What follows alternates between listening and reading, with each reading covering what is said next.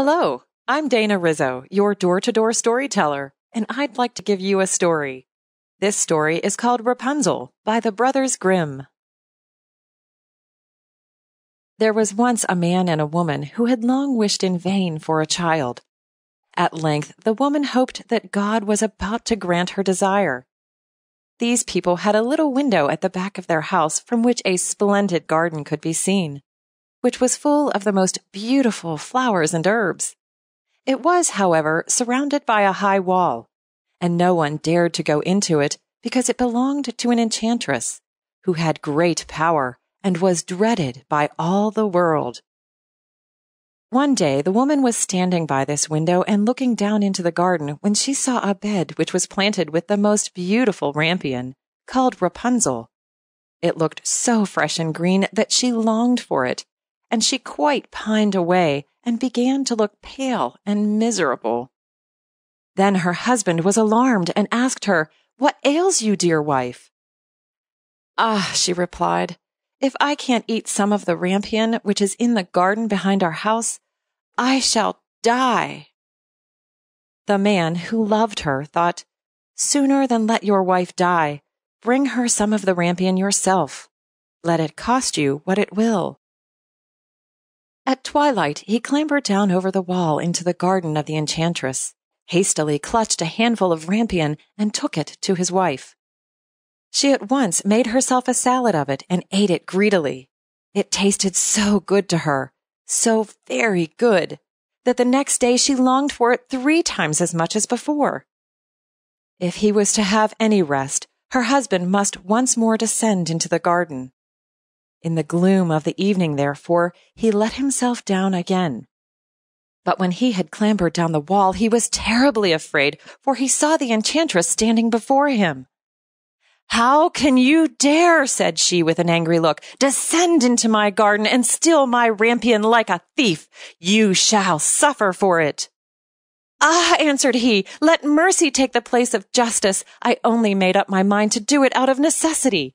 My wife saw your rampion from the window and felt such a longing for it that she would have died if she had not got some to eat." Then the enchantress allowed her anger to be softened and said to him, "If the case be as you say, I will allow you to take away with you as much rampion as you will. Only I make one condition. You must give me the child which your wife will bring into the world. It shall be well treated, and I will care for it like a mother." The man, in his terror, consented to everything, and when the woman was brought to bed, the enchantress appeared at once, gave the child the name of Rapunzel, and took it away with her. Rapunzel grew into the most beautiful child under the sun. When she was 12 years old, the enchantress shut her into a tower which lay in a forest. It had neither stairs nor door, but quite at the top was a little window.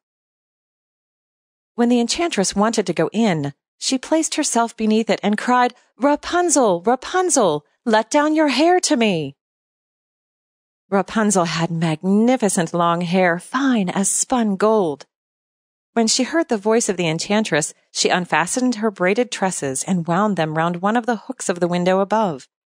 Then the hair fell 20 ells down, and the enchantress climbed up by it. After a year or 2, it came to pass that the king's son rode through the forest and passed by the tower. Then he heard a song, which was so charming that he stood still and listened. This was Rapunzel, who in her solitude passed her time in letting her sweet voice resound. The king's son wanted to climb up to her and looked for the door of the tower, but none was to be found. He rode home, but the singing had so deeply touched his heart that every day he went out into the forest and listened to it. Once, when he was thus standing behind a tree, he saw that an enchantress came there, and he heard how she cried, "Rapunzel, Rapunzel, let down your hair to me." Then Rapunzel let down the braids of her hair, and the enchantress climbed up to her. "If that is the ladder by which one mounts, I too will try my fortune," said he. And the next day, when it began to grow dark, he went to the tower and cried, "Rapunzel, Rapunzel, let down your hair to me." Immediately the hair fell down and the king's son climbed up. At first, Rapunzel was terribly frightened when a man, such as her eyes had never yet beheld, came to her. But the king's son began to talk to her quite like a friend, and told her that his heart had been so stirred that it had let him have no rest, and he had been forced to see her. Then Rapunzel lost her fear, and when he asked her if she would take him for her husband, and she saw that he was young and handsome, she thought, "He will love me more than old Dame Gothel does." And she said yes, and laid her hand in his. She said, "I will willingly go away with you, but I do not know how to get down. Bring with you a skein of silk every time that you come, and I will weave a ladder with it, and when that is ready, I will descend, and you will take me on your horse." They agreed that until that time he should come to her every evening, for the old woman came by day. The enchantress remarked nothing of this until once Rapunzel said to her, "Tell me, Dame Gothel, how it happens that you are so much heavier for me to draw up than the young king's son. He is with me in a moment." "Ah, you wicked child," cried the enchantress. "What do I hear you say? I thought I had separated you from all the world, and yet you have deceived me." In her anger, she clutched Rapunzel's beautiful tresses, wrapped them twice around her left hand, seized a pair of scissors with the right, and snip, snap, the hair was cut off, and the lovely braids lay on the ground. And she was so pitiless that she took poor Rapunzel into a desert where she had to live in great grief and misery.